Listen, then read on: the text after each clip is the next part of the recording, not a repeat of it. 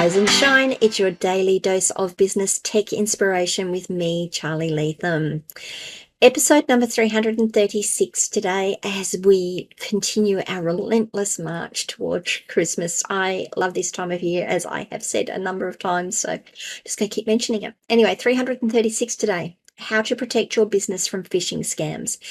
I have decided to do this series at this time of year because it's so important.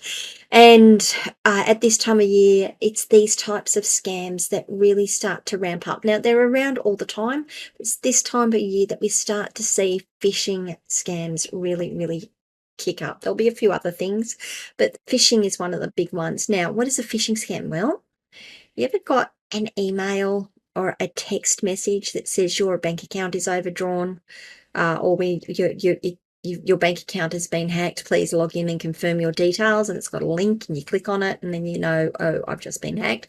That's phishing. Phishing is P-H-I-S-H-I-N-G,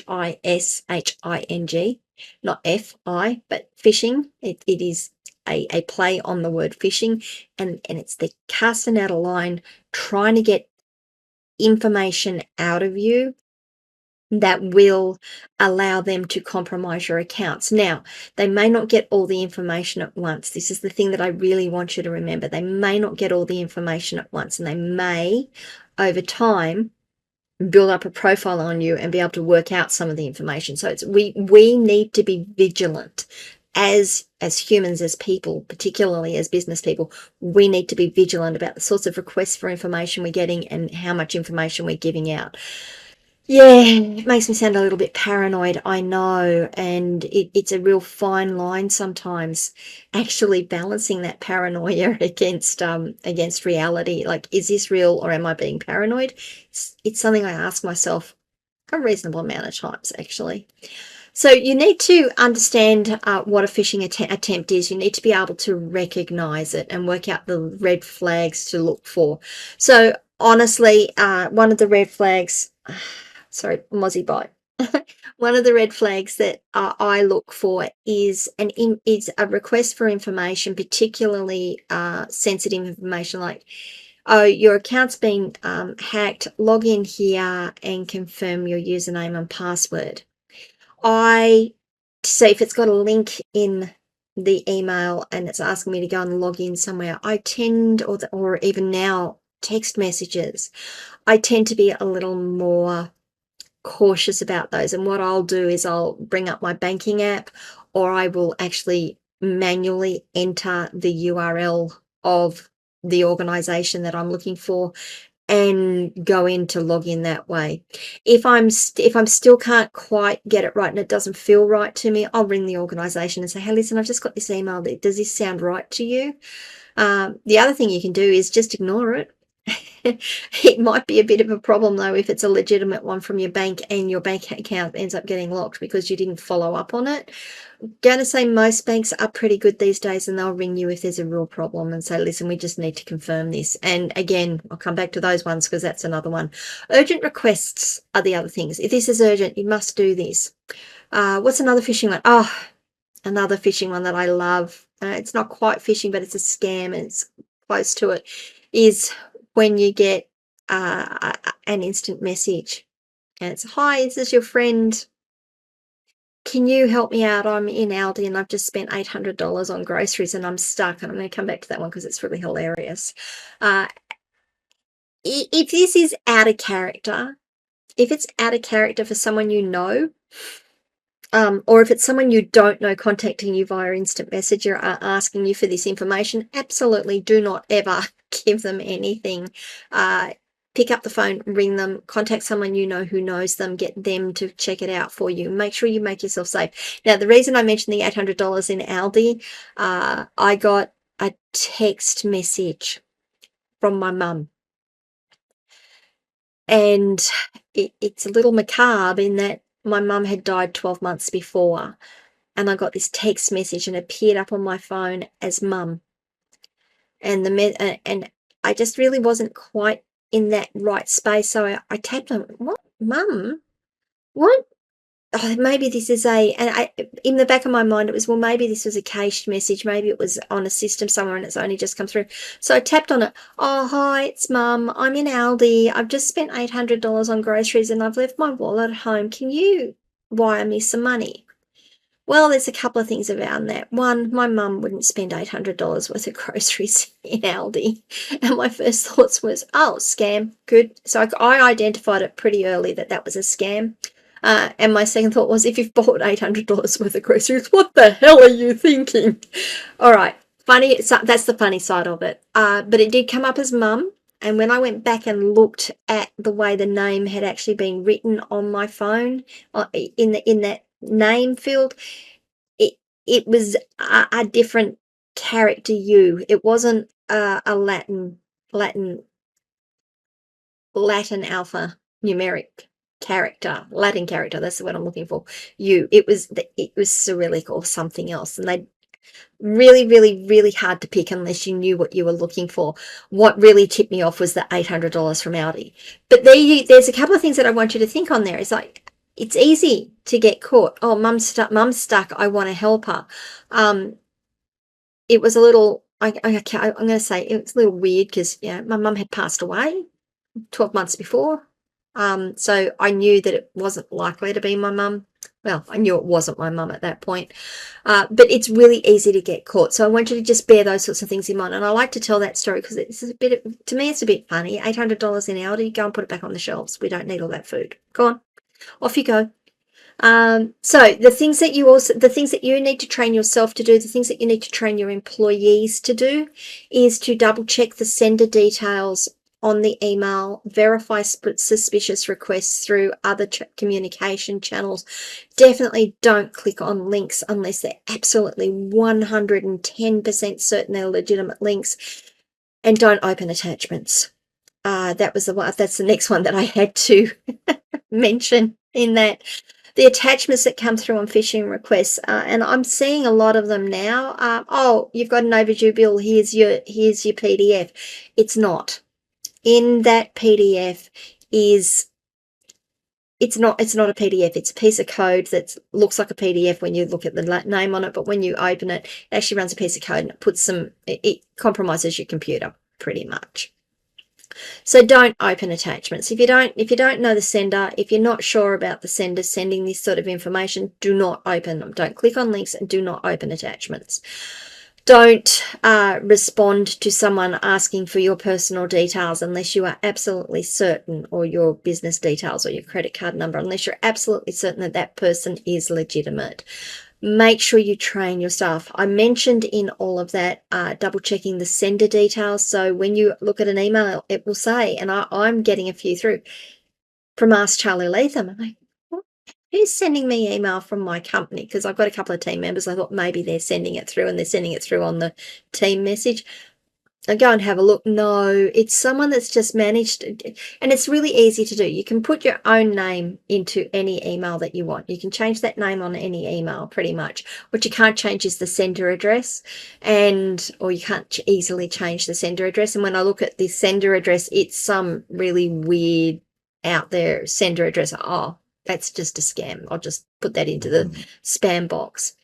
Okay, so they're the things that you can do yourself every time they come in. You have to be really, really vigilant yourself. You've got to be very disciplined on this. You don't fall for it because you're busy or because you're stressed. If you're stressed or you're busy, your natural go-to should be, I will look at that later.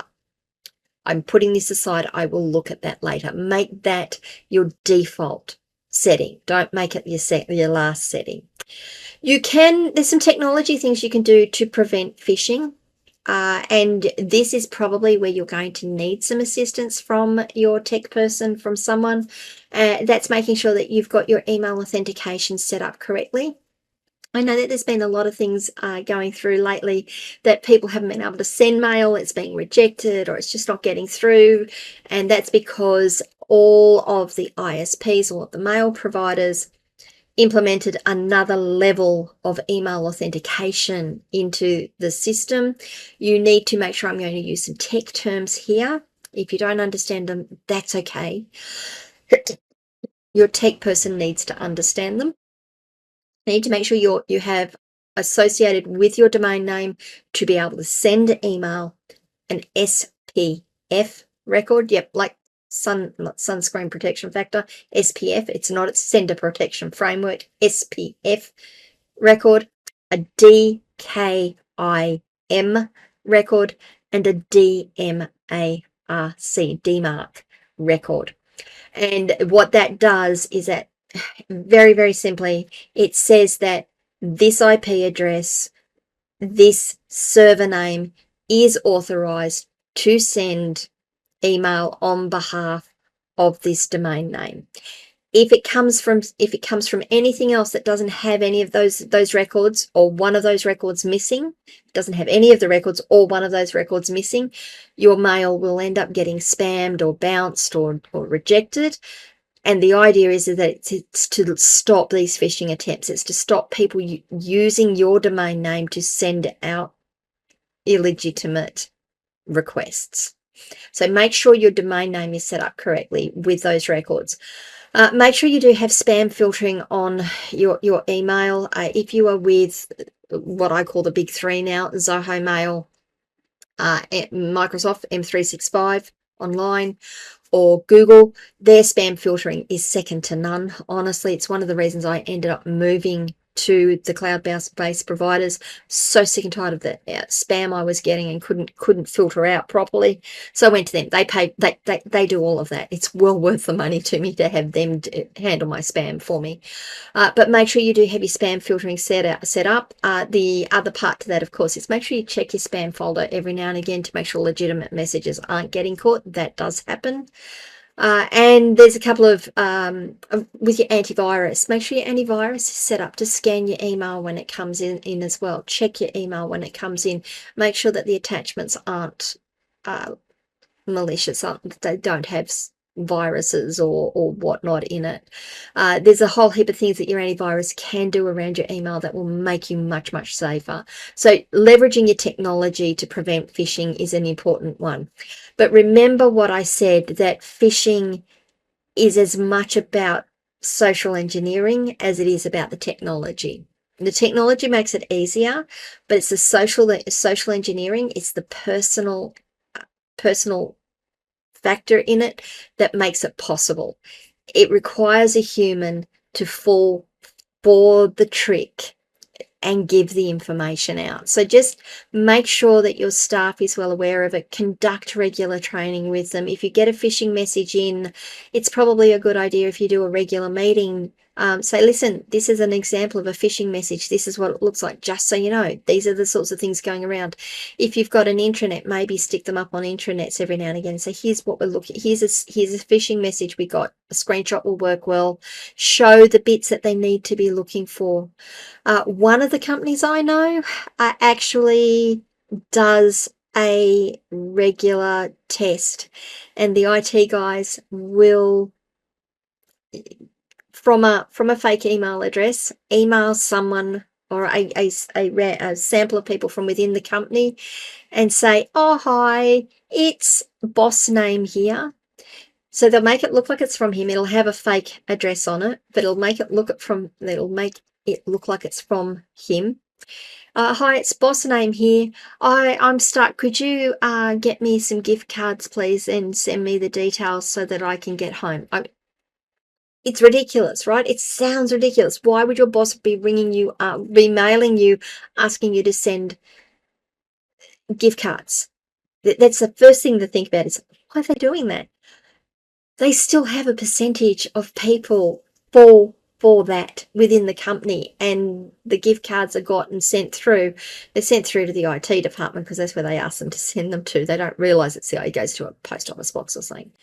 And then they have to go through, I hate to say it, retraining to learn about phishing. So maybe conduct a couple of little sessions where you role play it out, where you can actually show someone how easy it is to be done. Yeah, making sure you've got that human element sorted with phishing is really important. Okay, Oh, and make sure you, the last thing is make sure that you're open so that if your staff get emails they aren't sure about, or if they get a text message or a phone call, phone calls are another way of doing phishing. If they get anything that they feel unsure of, that they can come to you and say, hey, listen, I've got this message. Someone's just rung. Can I give them this information? What do I do? Make sure you're open so that they can come to talk to you too. Because being uncertain on something and thinking you're going to get in trouble for not doing your job is a big thing as well. Okay, so that's how you can start to protect yourself from phishing scams. It really is about making sure you're aware of the issues, making sure you're training your staff, and making sure you're giving your staff the tools to recognize these things. There is technology you can put out around it, and you should be doing it, but make sure you've got your human element of this pretty tight. What do you guys think? Have you fallen for phishing scams? Are you seeing a lot of them? I know I'm seeing a lot of them at the moment. I'd love to know. Leave comments wherever you are watching or listening to this video. If you wouldn't mind, please like this video. If you haven't already, subscribe to the channel and ring the notification bell. You can come and join our conversations on Locals, askcharlyleetham.locals.com. You can send us a DM on any of our social media channels. I will be the one that responds. I might take a couple of days to get to it, but I will get back to you and have a conversation. You can leave comments on the videos wherever you're watching or listening to them. I know I've said that already. I'll just say that again. So guys, have a safe day. Look at your emails, look at your messages, make sure you are aware of what is phishing and what is not. And I will talk to you all tomorrow, and we're going to be talking a little bit about encryption and secure sensitive data. See you all tomorrow. Bye.